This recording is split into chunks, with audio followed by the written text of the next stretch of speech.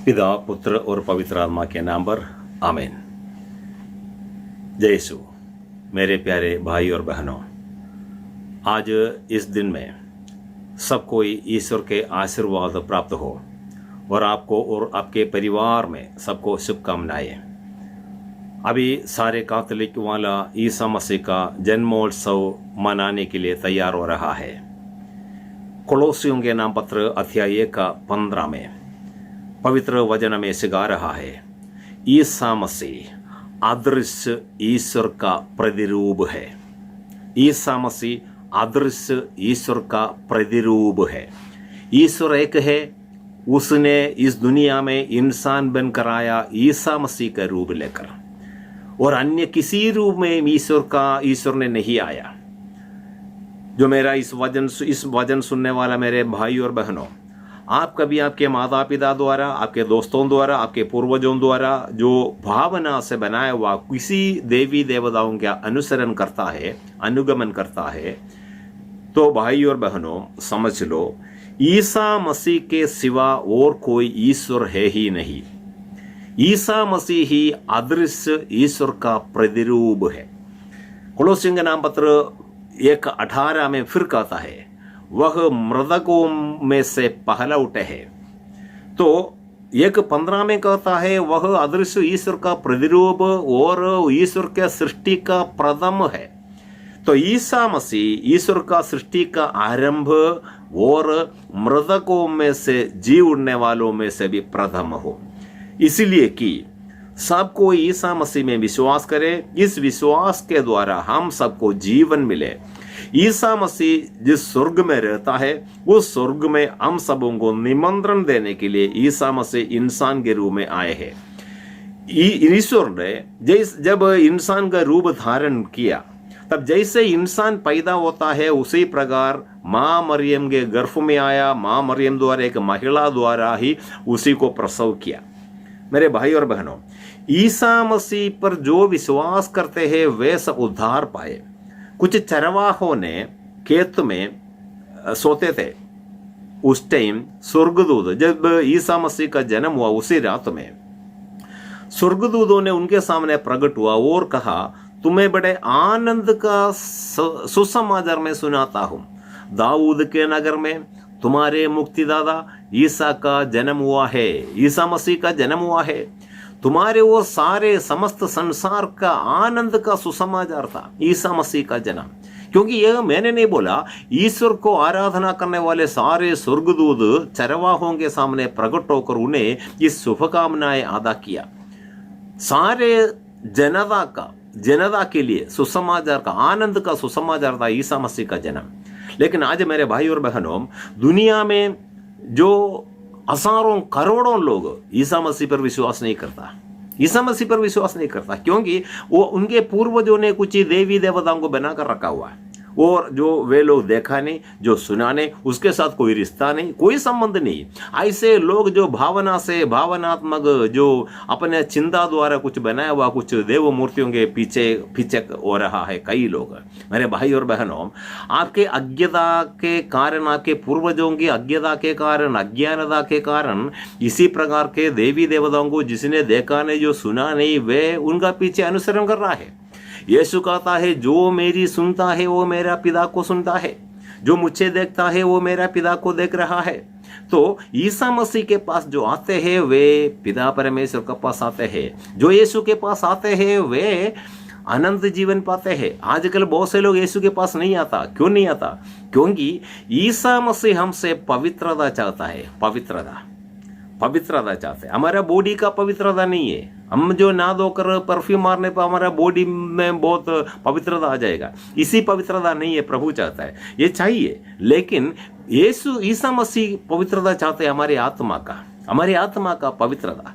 आत्मा जब पवित्र बन जाएगा, हमें प्रार्थना करना शुरू होगा, हम एक दूसरों के सामने दीनहीन हो जाएगा, हम एक दूसरों को प्यार करेगा, हम एक दूसरों को सहायता करेगा, एक दूसरों को मदद करेगा, और फूट नहीं होगा, लड़ाई नहीं होगा, झगड़ा नहीं होगा, शराब पीने का आदत नष्ट हो जाएगा, धूम्रपान खाने का आदत नष्ट हो जाएगा, गाली देने की आदत नष्ट हो जाएगा, और पवित्र जीवन बिताना शुरू करेगा। बहुत से लोग इस पवित्र जीवन बिताना नहीं चाहता है, इसीलिए ईसा मसीह के पास नहीं आता। क्योंकि और अन्य किसी के पास जाओ, वो आपको पवित्रता नहीं सिखाता है, पवित्रता के बारे में कुछ भी नहीं बोलता। इस दुनिया के हार उल्टा पुल्टा धंधे में लगने पर तुम्हें बहुत से लोग मदद करेगा, बहुत से लोग प्रोत्साहन देते रहेगा, लेकिन पवित्र जीवन बिताने के लिए केवल ईसा मसीह और उनके सेवक लोग आपको मदद करता है। तो इसीलिए मेरे भाई और बहनों, जो ईश्वर का सृष्टि में पहला उठा और मृतकों में से पहला उठा, ईसा मसीह के पास लौट कर आने पर तो आपको भी जीवन मिलेगा, आपको पवित्र जीवन बिताने की कृपा मिलेगा। और हमको मालूम है प्रवक्ता ग्रंथ 18:3 में, प्रवक्ता ग्रंथ 18:3 में प्रभु का वचन सिखाता है, ईश्वर के महिमा का सामर्थ्य बखान करने की शक्ति किसी को नहीं दिया गया। ईश्वर की महिमा के सामर्थ्य को बखान करने के लिए घोषणा करने की शक्ति किसी को नहीं दिया। तो मुझे आपको ये शक्ति भी नहीं है कि पिता परमेश्वर और उसके एकलौते पुत्र का महिमा की बखान करें। हमें ऐसा शक्ति नहीं दिया, क्योंकि प्रभु का वचन ऐसे सिखा रहा है, हम सब निरे मनुष्य है, हम राख और मिट्टी है। हर एक इंसान जो आपसे वचन की घोषणा कर रहा, मैं हूं आपके जैसे एक मिट्टी है प्रभु के संगति में, लेकिन हमें प्रभु ने चुन लिया कि इस वचन सुनाओ कि तुम्हारे इस दुनिया में तुम्हारे साथ जो रहने वाले तुम्हारे भाई बहनों को बचाकर, पापों से मुक्ति दिलाकर, उन्हें पवित्र जीवन देकर उन्हें स्वर्ग राज्य में ले जाने के लिए हम उसको इशारा कर रहा है, बुला रहा है। ईसा मसीह का आज्ञा के अनुसार आपको भी बुला रहा है। मेरे भाई और बहनों, इस सुसमाचार में भाग आपको भी सुसमाचार प्रचार कर सकते हैं हमारे साथ। कैसे? इस चैनल को आप सब्सक्राइब करें और शेयर करें और अन्य लोगों तक आप पहुंचाएं। इसका मतलब आप भी सुसमाचार में सुसमाचार प्रचार करने में मदद कर रहा है। जैसे प्रेरितों ने 2000 साल पहले सुसमाचार की प्रचार किया, हम उसका मदद कर रहा है। जैसे प्रेरितों ने कार्य किया, हम उसका मदद कर रहा है, उसका वचन सुना और हम आपको दे रहा है। आप लोग इस वचन सुनकर दूसरों को देना है। ये वचन को सब्सक्राइब करना और चैनल को सब्सक्राइब करना। जब लिखकर दिखाई दे रहा है पॉल कुंबलम, ये चैनल यूट्यूब में आप टाइप करें, सर्च करें और देखें और सब्सक्राइब करें और दूसरों को शेयर करें, दूसरों को भी बोल दे पॉल कुंबलम इस चैनल को सब्सक्राइब करें, आप देखने के लिए कि इस वचन जो सुनते हैं उन्हें भी आशीष मिलेगा। मेरे भाई और बहनों, हमारे प्रार्थना द्वारा बहुत से रोगी लोगों को चंगाई मिला, बहुत से दुखित लोग आज शांति से जीवन बिता रहा है, बहुत से टूट फूट परिवार आज एकत्रित होकर बड़ा शांति से खुशी से जीवन बिताता है। क्योंकि ईसा मसीह जब जन्म हुआ वो समस्त संसार के लोगों का के लिए आनंद का सुसमाचार था। इस आनंद का सुसमाचार फैलाने पर, इस आनंद का सुसमाचार पर विश्वास करने पर आपके रोगों से आपको छुटकारा मिलेगा, आपके परेशानियों से छुटकारा मिलेगा, आपके अशांतियों से छुटकारा मिलेगा, आपके घर में फूट है वह समाप्त हो जाएगा। शैतान के हरकतों के कारण ये सब हो रहा है।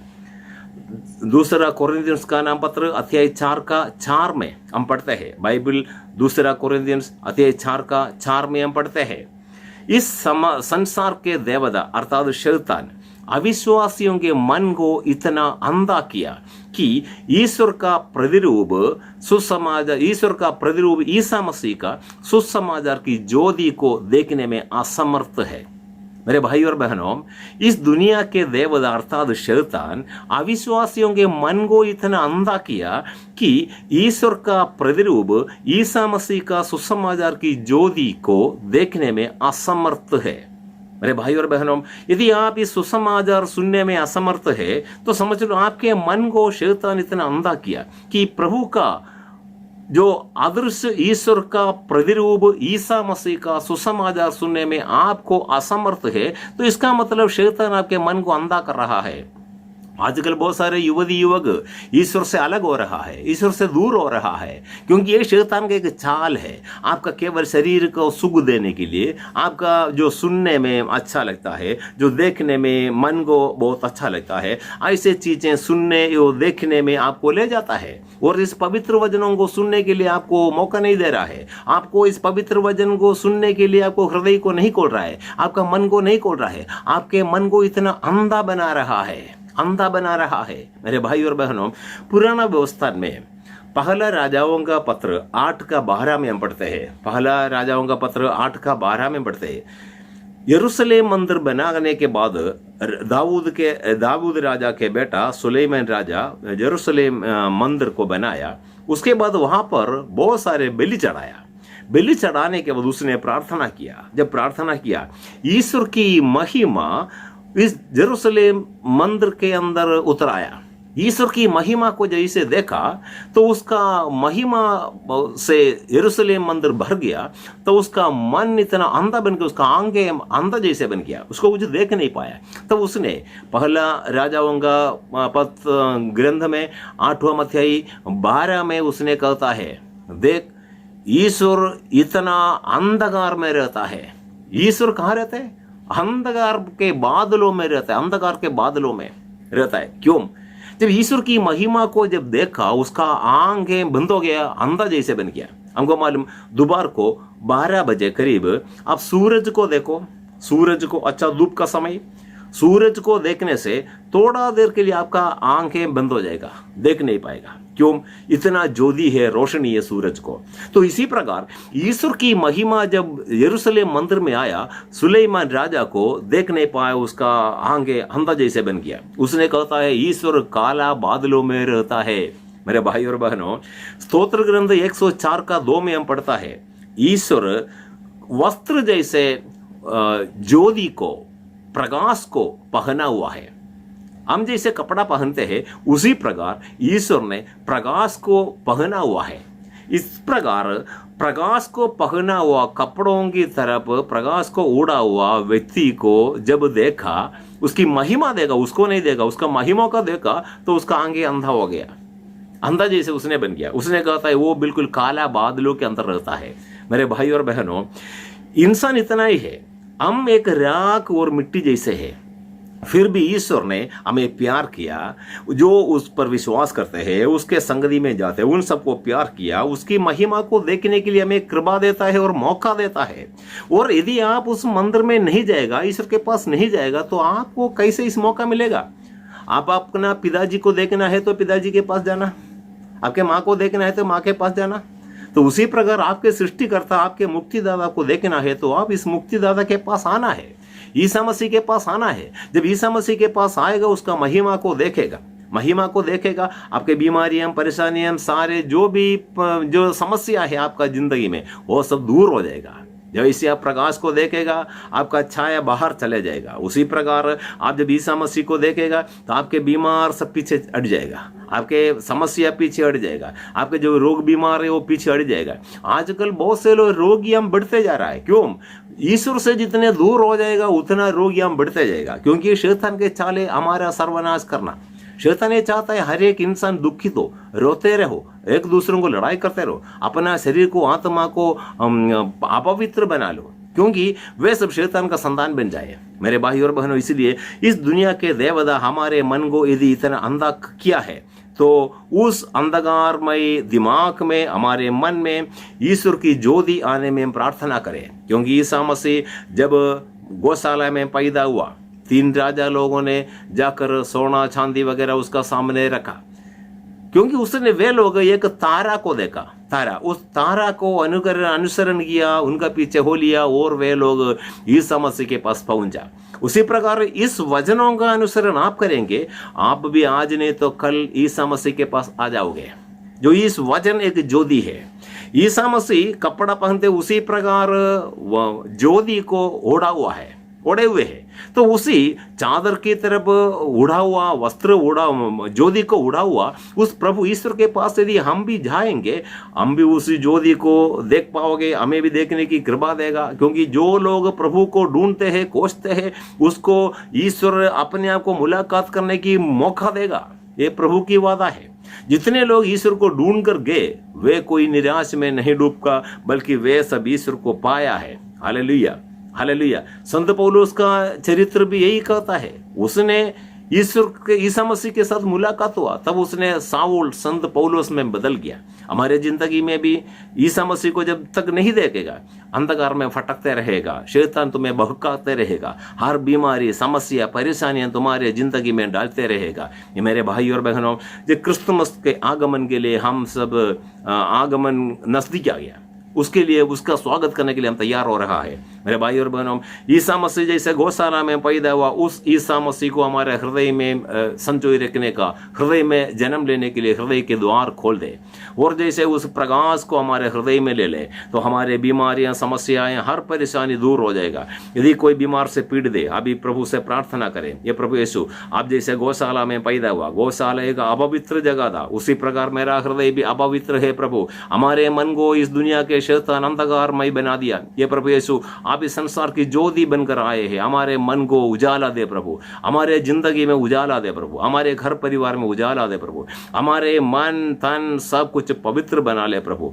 हमारे घर में आकर निवास कीजिए प्रभु। हम रोगी है प्रभु, हम पापी है प्रभु, हमारे अपराधों को क्षमा कर पवित्र जीवन बिताने की कृपा दे प्रभु, हमारे रोगों को दूर हटा दे प्रभु, आप अपने पवित्र वचन भेज कर हमें स्वास्थ्य लाभ दे प्रभु। Hallelujah, hallelujah. अभी जो भी रोगी जो प्रार्थना करता है, ईसा मसीह के नाम पर उन्हें चंगाई मिले, जो भी बंधन में फंसे हुए उन सब सारे बंधन टूट जाए यीशु के नाम पर। जो भी अंधकारमय शक्ति जिनको किसी को सताते है, उसको उस यीशु के नाम पर हम भी आदेश देते हैं, सारी अंधकार की शक्ति इस वक्त दूर निकल जाए। Hallelujah, hallelujah. ईसा मसीह के नाम पर, उसके क्रूस मरण के नाम पर, उसके नाम की सामर्थ्य से अभी हम आदेश देते हैं, सारी अंधकार की शक्ति दूर हो जाए। Hallelujah, hallelujah, hallelujah, hallelujah, hallelujah, hallelujah.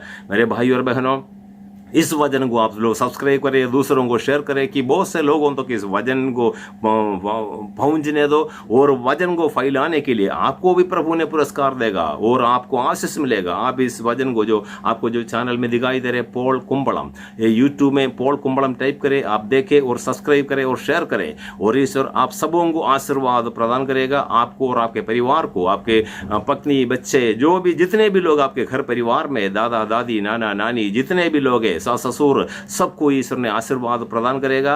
मेरे भाई और बहनों, आप लोग रोज प्रार्थना करना, ईश्वर को हमारा हृदय में संजोए रखने के लिए, ईश्वर के वचनों पर विश्वास करने की कृपा मिलने के लिए प्रार्थना करना, और आपके हर समय खुशी में रहो, प्रसन्न में रहो, और लड़ाई झगड़ा समाप्त करे, गाली गलौज बंद कर दे, और प्रार्थना में जीवन बिताए, रोज रोसरी माला पढ़े, और पवित्र मिसा में, यदि अभी कोरोना के कारण घर में चर्च में नहीं जा सकता है, घर में बैठकर आप यूट्यूब चैनल में भी पवित्र मिसा बलिदान देख सकता है। आप देखना, प्रभु यीशु आप जहां भी है वहां पर आपको आशीर्वाद देगा। इस वचनों को फैलाने के लिए भी आप हाथ बढ़ा दीजिए, इस वचन संसार के कोने कोने तक पहुंच जाने के लिए आप प्रार्थना कीजिए, प्रयत्न करें। ईश्वर आपको और आपके परिवार, आपके खानदान पूरा आपको आशीर्वाद प्रदान करे। ये प्रभु यीशु, इस वचन जो सुनते उन सबों को आप अपने हाथ बढ़ाकर आशीर्वाद प्रदान कर प्रभु। जो रोगी है उन्हें स्वास्थ्य लाभ प्रदान कर प्रभु। जो भी अंधकार के बंधन में फंसे हुए उन सबों को छुटकारा दे प्रभु। आपके ज्योति से सबको भर दे प्रभु। हम प्रार्थना करते हैं पिता,